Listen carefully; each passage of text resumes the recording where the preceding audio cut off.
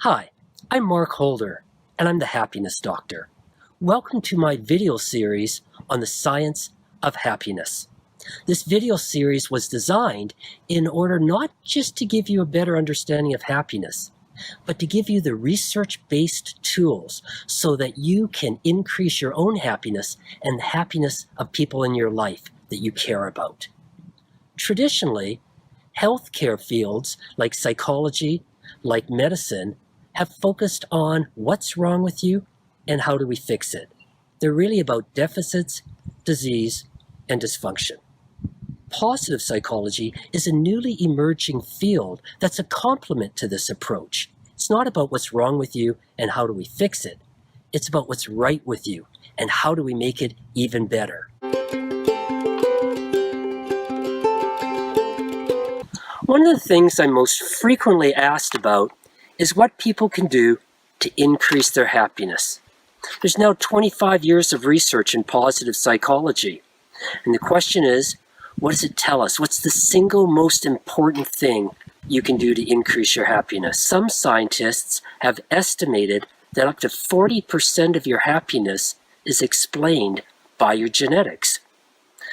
My point is to revisit that statistic of 40% of your happiness is genetic.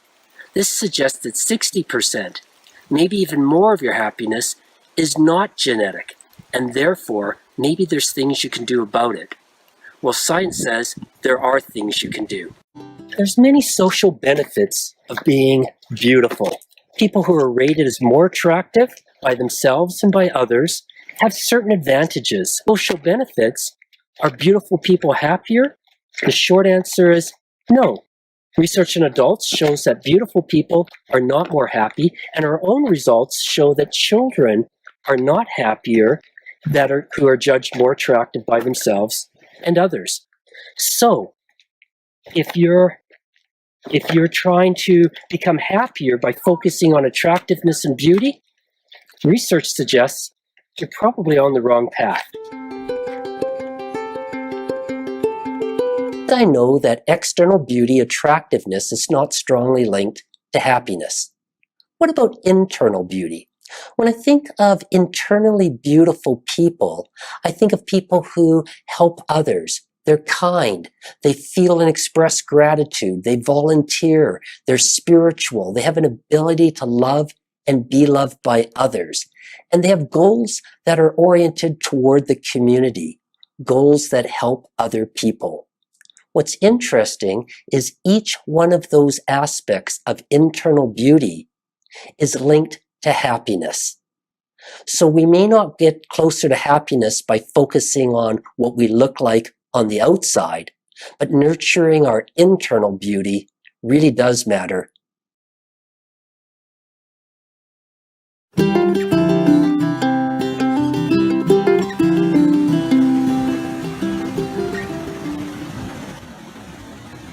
Thank you. That's at the essence, the root of gratitude. And people in positive psychology are researching gratitude because of its links. So does this mean that gratitude is a pathway to happiness? Well, investigators have looked at that. And one of the ways they've done it is through looking at gratitude lists. People are instructed to write about 3, 4, 5 things that they're grateful for once a week. And when they do that, their happiness is increased compared to if they write about how their furniture is arranged in their home, or, for example, about things that annoy them. And gratitude is special. So, for example, when people write about gratitude, it increases happiness, but when they write about things they're proud of, it doesn't increase their happiness. So, is it that simple? All we need is a gratitude list and we'll be happier?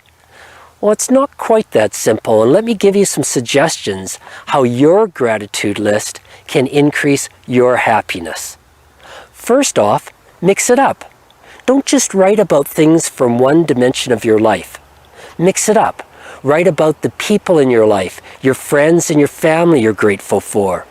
Write about your work or your schooling. Write about things in your past or the present that you're grateful for, and write about things that you're hopeful for in the future that you're grateful will be happening. Mix it up. Secondly, write about things that are surprising, unusual, or improbable. The third thing is focus on dimensions that you don't normally express much gratitude about. So if you normally give a lot of thanks to your friends and family, but you kind of ignore school or work, focus on those, and that will increase your gratitude more by focusing on things that normally maybe go a bit unnoticed. So the research clearly shows a link between happiness and gratitude. For example, people who write a gratitude list once a week tend to be happier. If it works so well doing it once a week, imagine if you did it, say, 3 times a week. Or what if you did it every day? Well, researchers tested this, and what they found out is when people did it more frequently, they were actually less happy. It seemed to become an onerous chore when you had to write a gratitude list more often. The sweet spot seems to be about once a week. So we've all heard the saying that everything in moderation. Well, when it comes to happiness, maybe we should say that everything in moderation, including the expression of gratitude.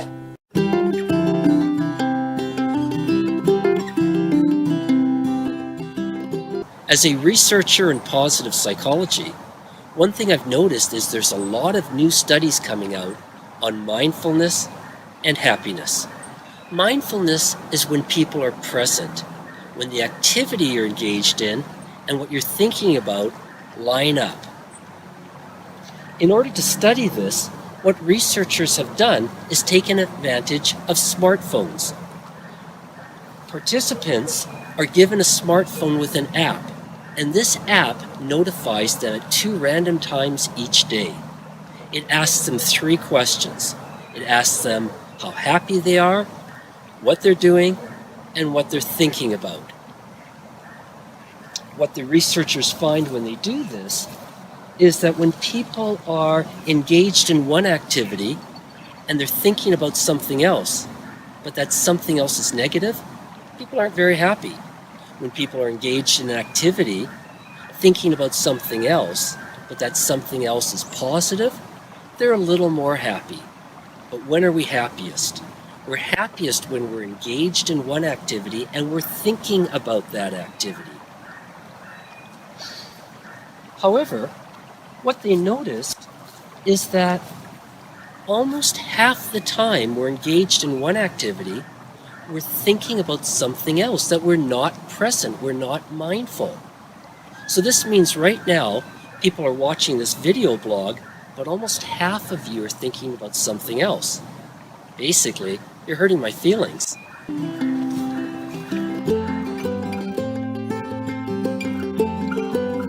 So overwhelmingly, the research suggests that mindfulness is linked to happiness. So how can we use all this information to our advantage? How can we increase our mindfulness to be happier? One of the best ways of doing this is through meditation. Meditation works to increase mindfulness, and there's overwhelming research to show that it contributes to well-being. But having said that, it turns out meditation is one of the least practiced activities to increase well-being. But the effects of meditation, they're lasting, they're immediate, and they're really big.